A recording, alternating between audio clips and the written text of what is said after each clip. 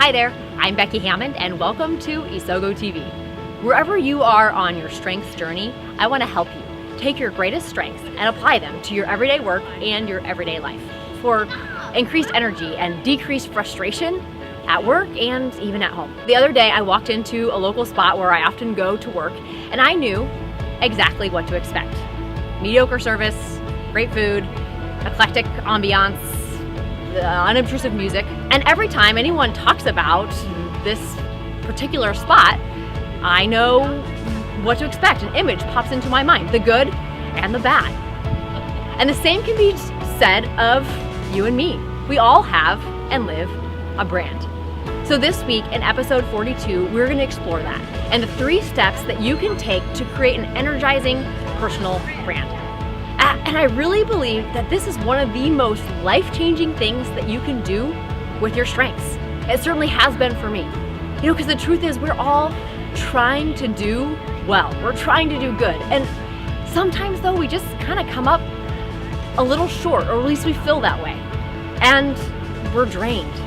And maybe our brand is offering the mediocre service that we would rather that it not be, that there's maybe some frustrating things happening in our lives. So when you create your energizing personal brand, you're exploring and uncovering the essence of who you are that begins to turn that draining and frustration upside down and creates energy and excitement and clarity in your life about who you are for yourself and for the people that are around you. So I'm excited to share this episode with you and to share at the end of this another tool that I think is absolutely going to be impactful for you.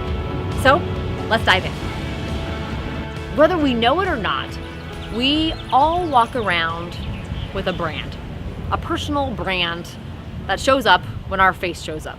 Much like logos, we're very familiar with the branding idea, that idea of brand. For example, when you see this, what do you think of? Maybe community, welcoming, consistent, certainly coffee. So just like these organizations represent words and emotions to people when they show up in our lives, so do you and your face represent emotions and words when you show up in the lives of the people around you. Think about it outside yourself. When you have a picture of your best friend or a really good friend pop into your head, what words do you associate with them? What couple sentences would you use to describe them? And most likely, pretty quickly, you would be able to come up with the way that they come across to you, what they are in your life, what they mean in your life, the value that they give you. And the same thing is true of you, that you walk around with a personal brand, something that expresses who you are and the value that you contribute to the people that are around you. As I have thought through this concept more and more over the last couple years, I've realized that it starts with the value that I contribute and also includes the environments that I need to thrive. And as I start creating that picture, it creates my personal brand, the brand that I walk around with as I influence the people around me. And as you might guess, for me, it has all started with my strengths. Because, as we've talked about a lot here on Isogo TV, our talents are those naturally recurring patterns of thought, feeling, and behavior. It's our hard wiring. It's absolutely the core of who we are. So it makes sense that our brand would come out of that. The first step in creating this personal strength statement is really getting clear on your value. What do you contribute? And your strengths speak exactly to this. And as you layer one strength onto the next, you start to see the unique picture of your contribution to your teams, managers, partners, family, home. Then second step for personal statement. Now you've kind of already starting to associate words to your brand and that value. The second step comes in establishing what environments do my talents need to thrive as strengths. We talked about in episode 13, what do your strengths need?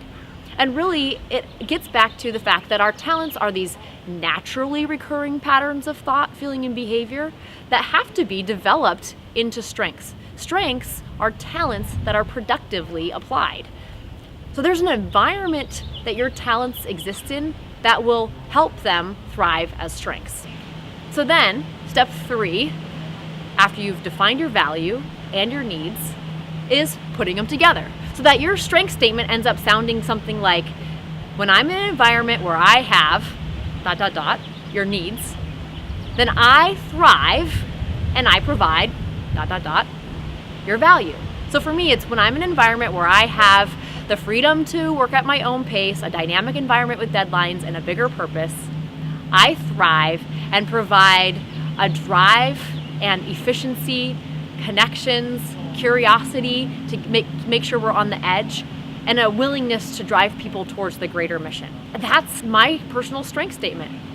And that absolutely informs my brand. That is who I am. So then, does it match? I think this is equally as an important question. Does it match how I'm perceived to be? When I do this exercise in workshops, the very first thing we do before we ever talk about personal strength statement is say, how do other people describe you at work? How would they describe you at work?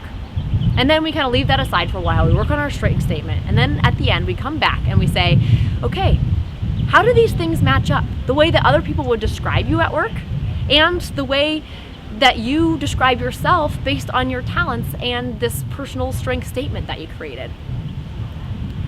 And the differences between the two will often tell you what your next steps are and the way that you can use this personal strength statement to start to communicate what your brand really is.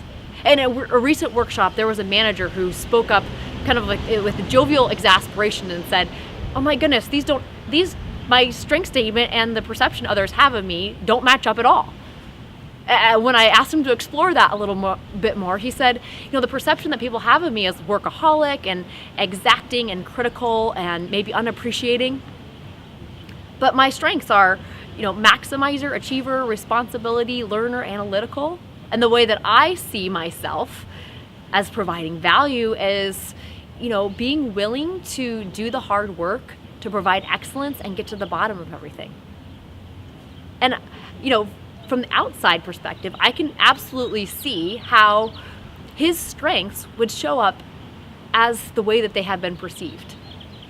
That there's a little bit of fog around it because people up until this point have not understood the filter through which he sees the world, the way that he's most successful and the value that he can contribute. So even by starting to voice his personal strength statement and kind of his acknowledgement of the difference between the way that he comes across and the way that he wants to come across, he's starting to be able to rebuild his brand. And that's absolutely something that you can do as well. As you start to understand what value you bring, what needs you have, and craft yourself a statement that really gets not only at your own self-awareness, but starts to be able to communicate that to other people and establish what it is, that brand that you really want to express every day.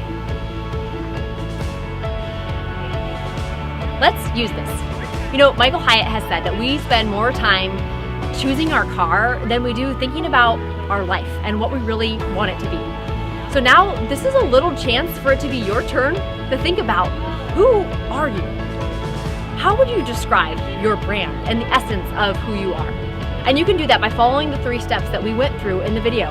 Step 1, identify what it is that your talents and your strengths say is your unique contribution. What do you bring of value to the people that are around you? Step 2, what is it that your talents really need in order to thrive as strengths?